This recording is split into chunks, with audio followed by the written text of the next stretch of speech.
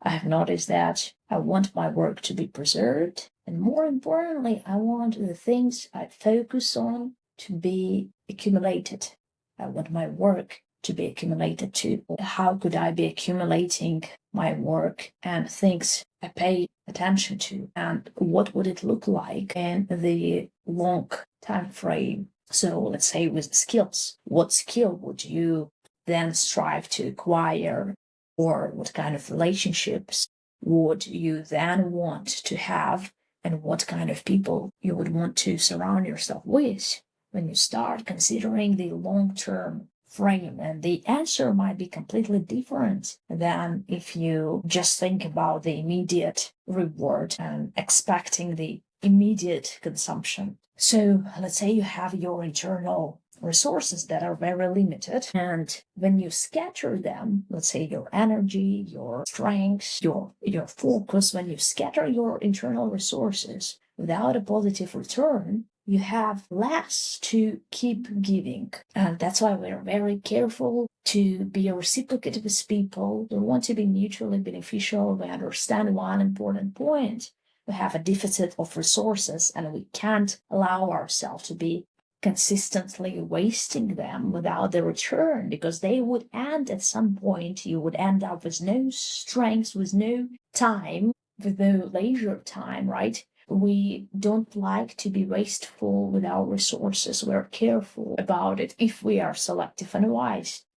So let's say that's why the broken relationship hurt. That's why losing the business, or even let's say being robbed all of a sudden, hurts too, right? It's pleasant and it's like shocking because everything you've been collecting or doing repeatedly, the accumulated value has all of a sudden been disrupted and lost. And this is huge. This is more hurting than you lose just a value that you can regain immediately. It shows something, I think, to us. What has been accumulated consistently through years becomes a bigger deal to us, and losing it hurts more because it presents a higher value, a deeper value, or a value gained with more volume. Well, you can have an accumulated value. You can have the accumulated work and effort, or you can have a scattered value. It doesn't mean that, let's say, scattered value would be insignificant. It is not always, let's say, less valuable to you by significance, right? But it still is less by volume. And if you want to take the best from your time, you want to do more with less, let's say, or to do more as much as possible. So you want to have the best from your time with the time you're given, and you want to have a continuous, consistent storage of value is what you do, because that would eventually give you a higher return, let's say with the compounding effort, right? Let's say an easy example would be you doing the sales. Now, if you would do the sales consistently, there is this space for you to grow. There is the space for your effort to compound and produce something more that's been able to grow because of this compounding effort. The volume changes something. There's things that can be changed or acquired with volume that can't be acquired without it, right? Let's say, or hardly can be acquired without it. Let's say they are skilled artists who know very well their work, but because they been doing that each day, or like lots of days and lots of hours each day, it's really hard to kind of gain the skills that are trained through years daily. Just in one day, it's really hard to acquire it. Same goes with any other skills. If some person been doing something consistently, gaining the volume in it, accumulating his value, it'll be really hard to gain this value in one day. And sometimes it's impossible. Sometimes it's just impossible to create the whole empire in one day, right? So in this sense, this kind of investment, this expectation of value to accumulate, with you doing it consistently justifies itself because of what can be done with it. So the difficulty of it is that, well, if you want to accumulate the value, you need to stick with it. You need to stick with something. You need it to grow. Let's say you need to grow this skill, you need to improve this relationship, you need to stick with the relationship to let them grow and to, expand your understanding. You needed to maybe build something massive and complex, but great. So the sticking part is not easy because new things, or let's say different things, keep emerging right in front of you as the potential to switch to, right? At any time you would be bored with what you're doing, let's say, or at any time it becomes unpleasant, difficult. So why not just to switch, and then it becomes really hard to keep sticking with the thing that you have committed to yourself to because of this potential all around. And so it turns to you that as you choose something to keep investing in, keep committing yourself to, your sacrifices the alternatives, and you double down on what you have chosen. And you might ask yourself, well, why not to be instead constantly switching the jobs, people, communities, hobbies, and places. And this sounds really great unless you bring it a little more to absolute, because the novelty, let's say, is rather exciting. Why not keep a constant excitement with novelty, or even more constant novelty? And this is probably because some things to reap the best benefit from, you need to stick around with, and sometimes to stick around with for longer and for really long sometimes. So like, let's say, keep being present in relationships, or keep growing to become better at it. Things take time to improve. They take time to become better. And so whatever you're starting with might not be its fullest potential, and you know it. So you dig around a little bit. This attitude of you desiring to make it better and paying the price of alternative is you choosing a direction in which you want to see higher potential, right? Because again, you have this potential in front of you. You could be switching to other tasks, but you narrow down, you double down, you commit yourself to something. You don't do it always. Let's say you don't stick with any person for long. You don't stick with any game for long, or you don't do it with any hobby. You choose specific something and you direct yourself towards this specific course. And what we can learn here is that you stick for the longest with something you care for the most. You want to see it growing and you yourself growing with it. So now you can, let's say, reason inductively and ask yourself,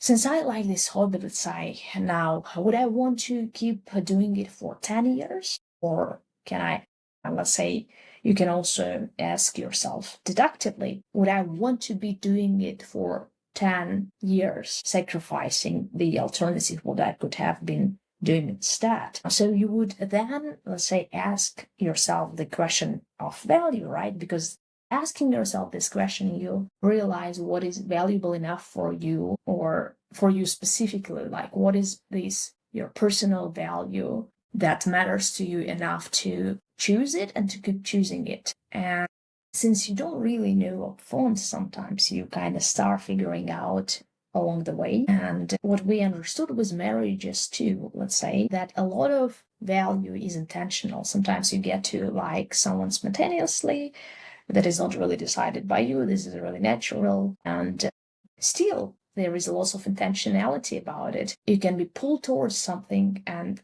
the question remains, what are you about to decide to do with that, right? What are you doing with it? You're pulled, all right. What do you choose to do with that pull, with that attraction, with that relationship, so with that person? Let's say when it becomes hard and uncomfortable, then it becomes the matter of intentional choice, right?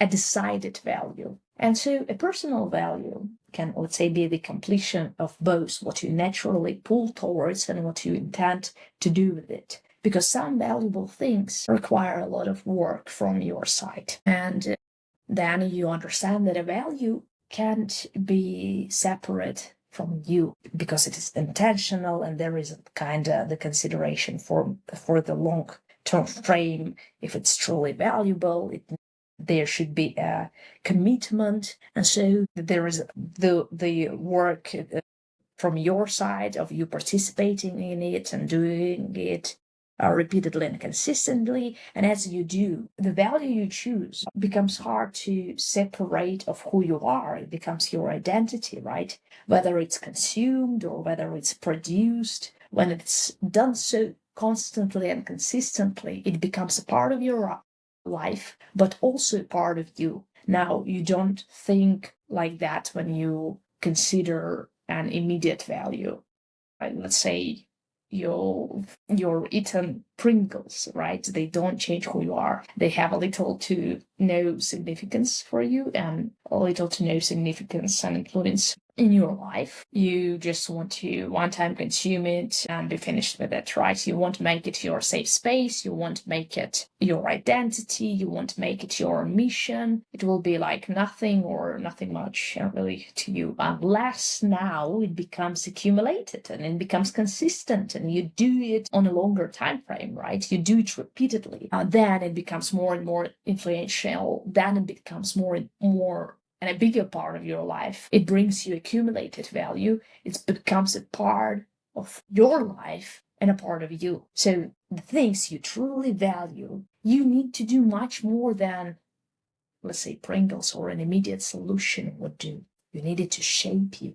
And this is an important task, really, because you've got a lot of problems on your shoulders and a lot of weight and a lot of considerations for the future and all the problems of life and difficulties of life. And it's important because that value that shapes you, that directs the course of your life. And this is why we need to start considering a value more substantial than immediate, a value we can hope to invest in. And investment, again, is justified because it creates something that couldn't exist otherwise. That's what accumulated value does. It allows you to have this sort of value that is hardly can be produced in one day, hardly can be gained without accumulation. Some skills take just longer to develop. Some mastery takes really a lot to develop. And repeated participation changes identity. You become what you repeatedly participate in. Every commitment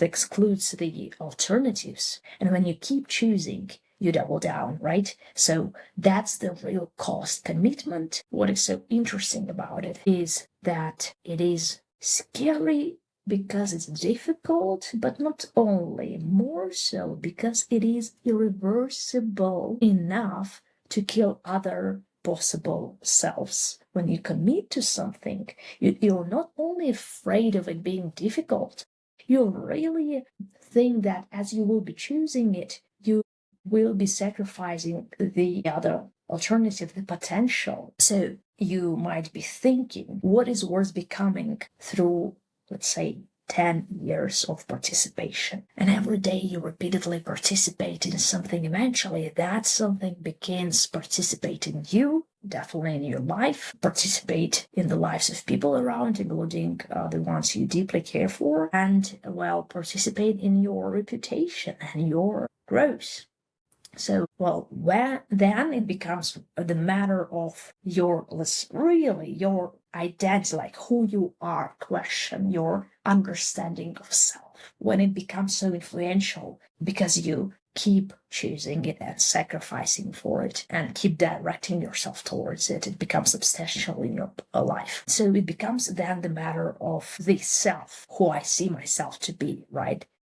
It becomes the matter of character. And then when the character, let's say, this value that you're choosing becomes the matter of the identity of the character because you can consistently, let's say, shaped by it. So, we can imagine that you will see your characters through the prism of this value. Let's say if you want to be an artist, you see yourself, I want to be creative, I want to be insightful, I want to be perceptive, I want to be self-expressive, I want to be spontaneous, I want to be a free spirit.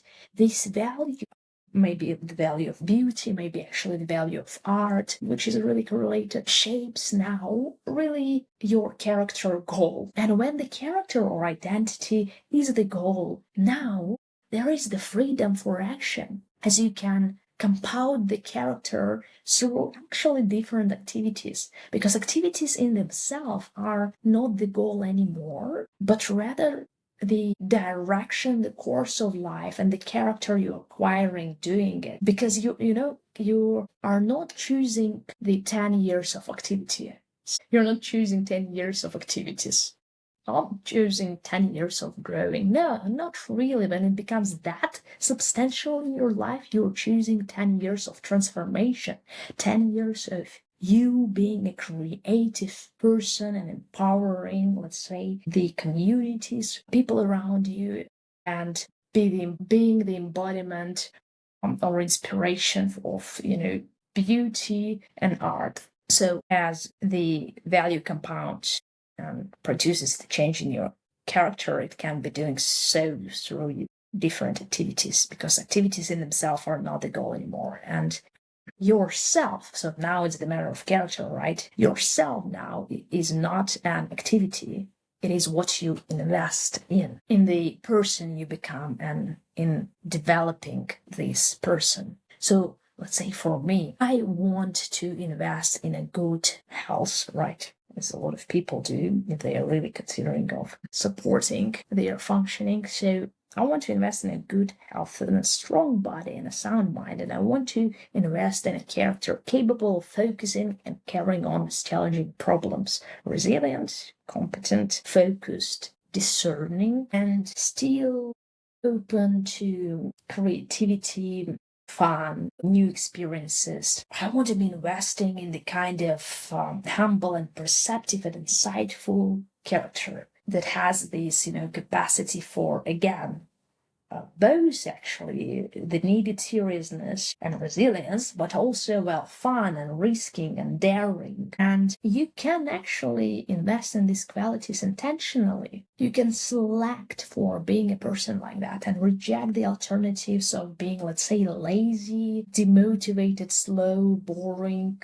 having unhealthy habits. You can be choosing and selecting for it, right? And you can be tilting towards the other direction. If you don't, you can be tilting towards laziness and unproductivity and being demotivated and inconsiderate of health if you will not intentionally keep choosing it. So then you understand, if I will be looking at the really long time frame that I'm actually having, and I will be careful with the deficit of resources I'm given, what kind of, things I would want to be participating in, what kind of acts, activities I would want to participate in, what kind of life I would want to be living, and what kind of character I would want to be acquiring.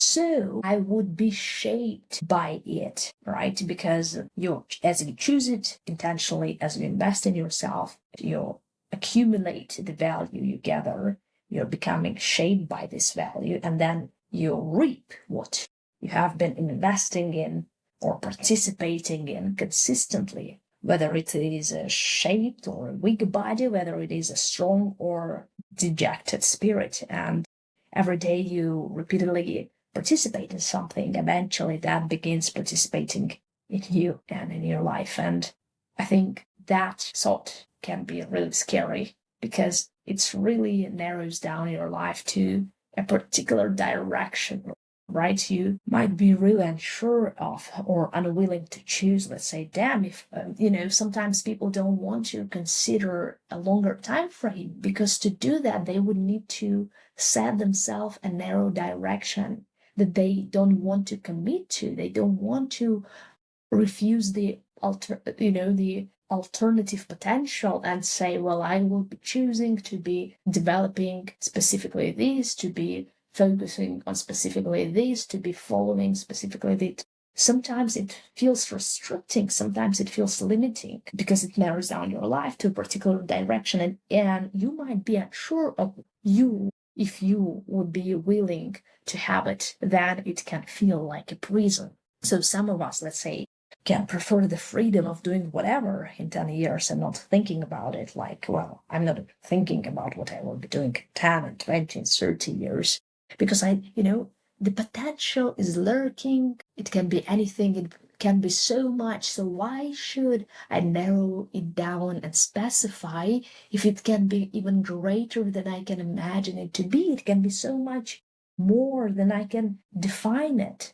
Right, this is true. So why to do it? Why to choose the direction? Why to choose to be accumulating the value, to keep choosing this specific thing? Because it can be far more if you want will not define it, but it can also be far less, right? If you won't specify it, if you won't keep choosing some specific direction day and day and day, well, it might turn out that in 10 years, you haven't ever been thinking about that, you have never been deciding it, but you will have a great value, great skills, and great character. It might be like that, but except it's also might not. You might be drifting to all the other things you don't want to. You have not thought really that you don't want it, but you don't. You just didn't define and specify it. And then because you didn't choose what you intentionally will be doing, you're unintentionally drifting